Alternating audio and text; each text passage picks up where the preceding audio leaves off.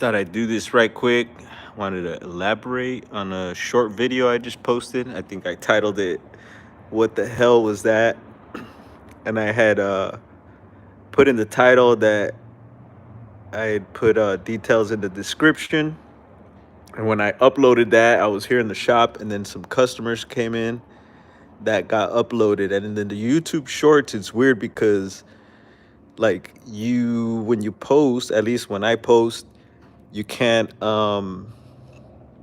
get into the description box until after you post. If you go back, then you could edit it and put in your whatever in the description. So anyway, I uploaded the video. I got caught up with customers, and I forgot to put the description in. And so it was a little while later, and then I jumped on and seen that there was already like a few hits on there and no description in there. Country boy was good, bro. And so yeah, I want to elaborate on what that clip was. And so there's a lot of clips like that I have. So that was a moment where What Up Cans? We were on the property that's up in Southern Humboldt, and this is the place a lot of people don't know, or maybe some people do know, where I had my one of my first sightings. I had some other things happen before that in another area not too far from there, but it was a little more on the weird end. But as far as like a flesh and blood type sighting, it happened just right in that same area where the video's taken. There's a road a little before beside that. Daggers, welcome, much love. Who else is out there? Let me see. What's up, James Weston in the house? Trying to see chat here. There we go. And so yeah, so anyways, and then a lot of things have happened to me on the property there. That's where I document a lot of the orbs. You'll hear me talk about this in the podcast and stuff. So a lot of my orb footage is from the property there. And I've talked about that before, I believe, in the chats here and in the old videos. I mean, if you go through them, the orb videos, a lot of them I do, talk and some of them are long, some of them are kind of shaky and not the best footage, but it was cool because a lot of it was were live streams. A lot of them were just in the moment, and a lot of stuff I like to post is like right after it happens, and sometimes you can't do that because you won't have service or whatever, But and then there's stuff that you kind of keep over the years and you don't post, and luckily I've been able to share some of that stuff. I got some of that stuff with me, and I know I have stuff back home too that I want to go through, and maybe we'll be sharing more of that if I find it, because I'm pretty sure there's more stuff out there. But anyway, so that clip, something had just happened. I was with my dog. We're in the woods. It's private property. And I emphasize on that because, people are like, oh, it could be other people or, whatever. Yeah, there's wildlife there for sure. Uh, some good ones. Let's see. What's up, war criminals in the house? So yeah, so a lot of things have happened here, and there's clips that I've shown, and I think I still have more clips that I could share also. And a lot of times when these things happen, you don't have the camera rolling, but luckily I have a camera. Greetings, Tina, on me, and so a lot of these moments happen right after whatever happens, either a tree break or you hear whatever rock clacks or a strange sound or you see a flash of something. And even the flash of something sometimes could be, or most of the time is like, some sort of wildlife or something, which is I love capturing too. I love wildlife. And so I'll be sharing a lot more of the wildlife too. There's a lot of it's, of course, roadside crossings of stuff, so we got skunks and baby deer. There's one clip I'll be sharing. It's a baby deer lost at night, and it's on our road. And I kind of guided with my rig. I drove and but it dipped off the ravine for a bit. And in the video, I didn't record the whole thing, but it seemed like the deer just got lost, or maybe like I ran it off or something. But no, I ended up seeing the baby deer later on. And what else? Hi, Lara. There's some other clips also. Let's see. There's one interesting one I might repost.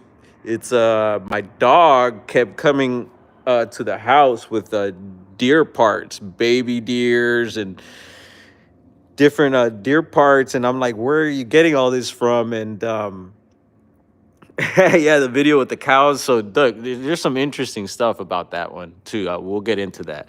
Anyway, the dog kept coming up with the parts of deers and little deers, and I'm like, wow, like I don't think she was killing all these deer, and so I think there was definitely a predator around on the property, and so we have seen, bobcat and mountain lion, not on the particular property, but off the property on the hill. I've documented that's where I got that mountain lion, little baby mountain lion on FLIR, um, and then all types of other cool, fun stuff. Carol XO, what's up?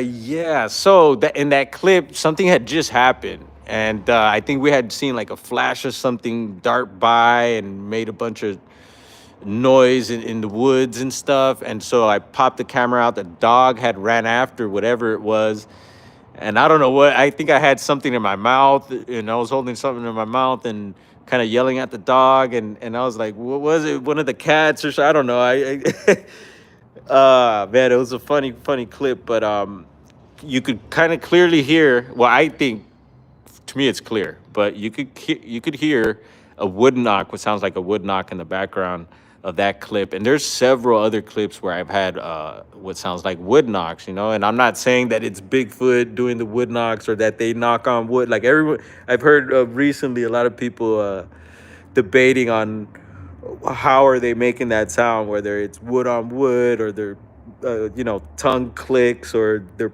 popping at a tree. It's just like I don't know, but I don't doubt that they do sounds like that. I mean, rock clacking, all types of weird stuff, I would imagine.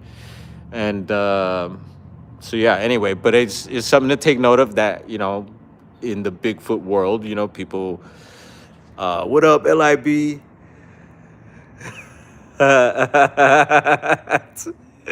Yeah. Um, and so yeah, that clip was basically, we had that had just happened. Something was, it seemed like darting through the woods there, making noise. The dog got alerted, went after it, and I popped the camera on, and yeah, in the background it sounds like a knock, and so I thought I'd share that and elaborate, since I didn't put it in the description right away. So I apologize for that. Oh man, hey LIB man, you're having fun over there. So you're kicking it into fifth gear out there, bro.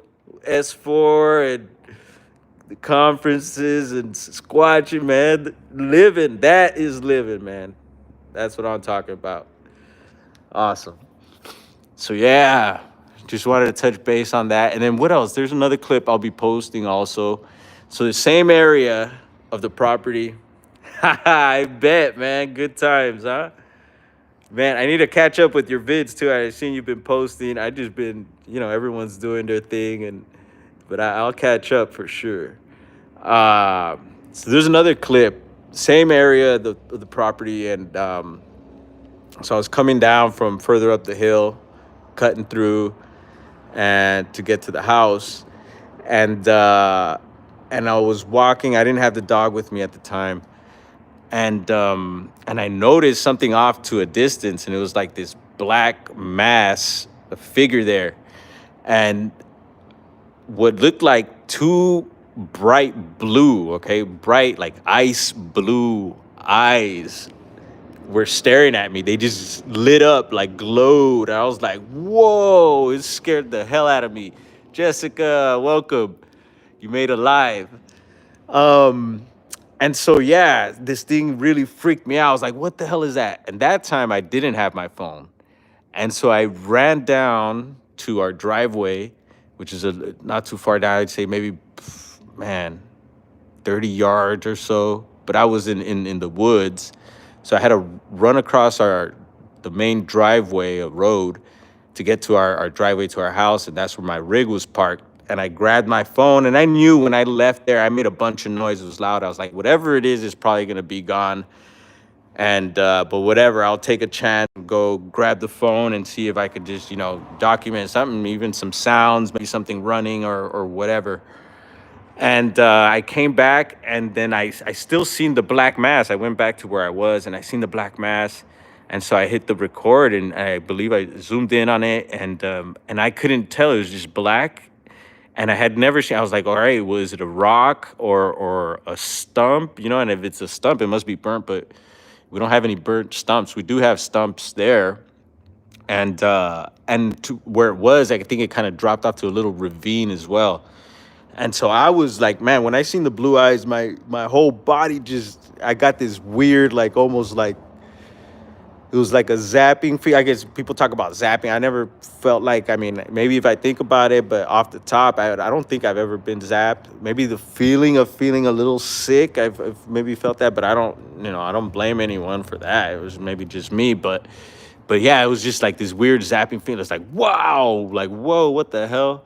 Yeah, blue eyes, like super bright blue. Okay, and I've heard some people describe the blue eyes before. Usually you hear red and all these other colors, right? Black, but they were blue.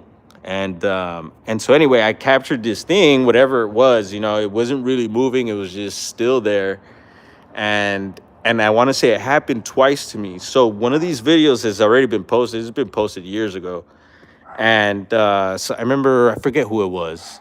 I don't remember. I'm saying I had done like a little analysis on it, and I had recently found it and reposted it in the community page.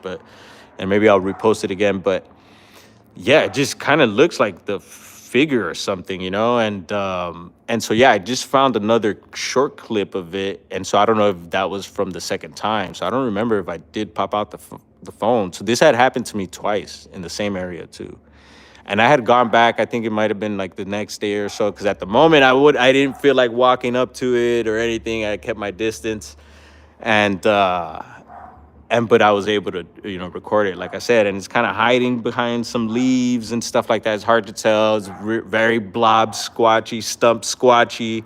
So, but I'll definitely put it out there in the shorts as well, probably tonight for sure too. But yeah, just staying busy here at the shop. A great day. We just had a big old rush of customers and stuff, so I'm having a little chill time right now. I know, like LIB says, never a dull moment outside there or in here either, but some wild stuff going on. I just seen a car accident. um, yeah, so just wanted to touch base on that, you guys. Boom. Look at that. I found this one, but it was more in town. It wasn't in the woods, but you never know. I keep it anyway. Hope everyone's doing well.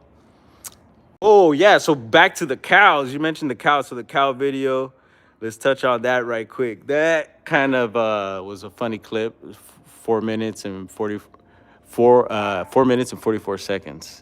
So that there was just showing you the cow situation. And that area up there, they call it Murder Mountain. And but like I say, for some people it's that, and for some people it's paradise. What up, Mark? Susie B in the place to be. And I'm not reading chat, you guys. I'm trying to stay focused on what I'm talking about here. You guys chop it up. So the cow, that video. So that was another one where like something had happened in the video. I heard a little disturbance up in the trees, and I think in the video you kind of see the trees swaying there a bit too. You don't really pick up too much of the sound. It might have been like a tree break type sound or something, but it really alerted me. But anyway, yeah, we would chase those cows around. They'd come down and wreck the garden sometimes, and they were doing it to a lot of the neighbors that were around too. And all the neighbors are, pretty far away, but they're our neighbors, right? And they were causing destruction there too. And this was happening, over the years. And eventually, one of our neighbors, he's a logger, and he was like, you know what? He ran into the owner of the cows, and it was an older man, and I guess he didn't really care. He was, I guess, a drunkard, and just didn't really care. And so we were thinking of even harvesting one. We had found out that Some of them we seen that some of them had tags, some of them didn't, and there was a few bulls there too. It would, it would change. It seemed like different years, different cows or whatever, and different bulls sometimes. But yeah, my dog would, try to chase them off sometimes, and eventually they'd get used to her, and yeah, it was a lot of fun. So I'd be out there wrangling cows and stuff like that. Um, and so yeah, one day the neighbor ended up talking to the owner of the cows, and he was like, he told him he was drunk and he wasn't driving. It was I guess his wife or something might have been driving, and he said to go ahead and shoot them and just kill them. And of course, we weren't gonna do that.